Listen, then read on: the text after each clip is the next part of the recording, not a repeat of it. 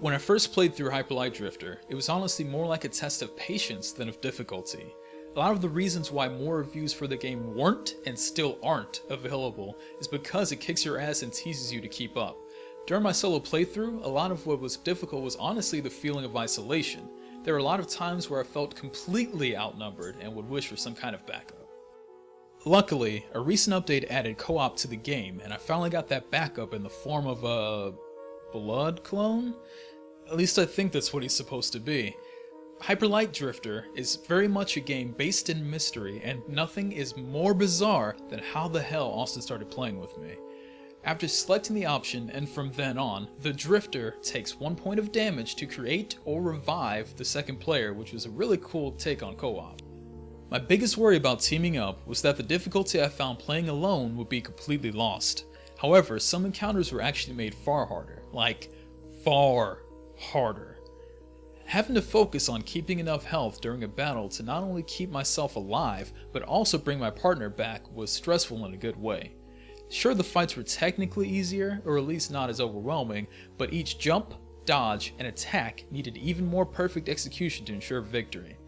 In addition, the already difficult bosses received a second heaping of health to counter my helping hand.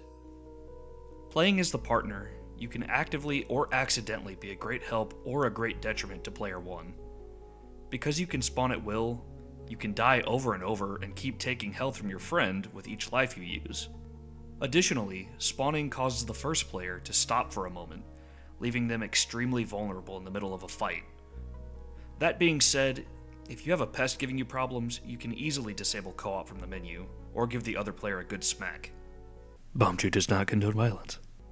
Unfortunately, as the partner, I was limited in a few ways. I couldn't customize my abilities. Whatever Andron chose for himself, I was stuck with. I've actually played through another similar and difficult game, Salt and Sanctuary. This game also offers co-op, but outside of the initial introduction into the world, your partner can customize every aspect of his or her own character. For some reason though, this proved too hard to do in HLD, and you're left with valuable game time wasted discussing what to use your chips on next. What it boils down to is, if you get a sword move, so does your friend. If you get a gun upgrade, your friend does too. Whether they prefer to play that way or not, they're basically at your mercy. In any other game, this would be a definite deal breaker, but since it is Hyper Light Drifter we're talking about, it's a minor thing that could be overlooked. In fact, that may have been intentional, as your partner can be seen as an extension of the protagonist. This would definitely match quite a few other themes and theories surrounding the game. I was also unable to interact with doors, switches, or items, and by extension, I couldn't use health kits.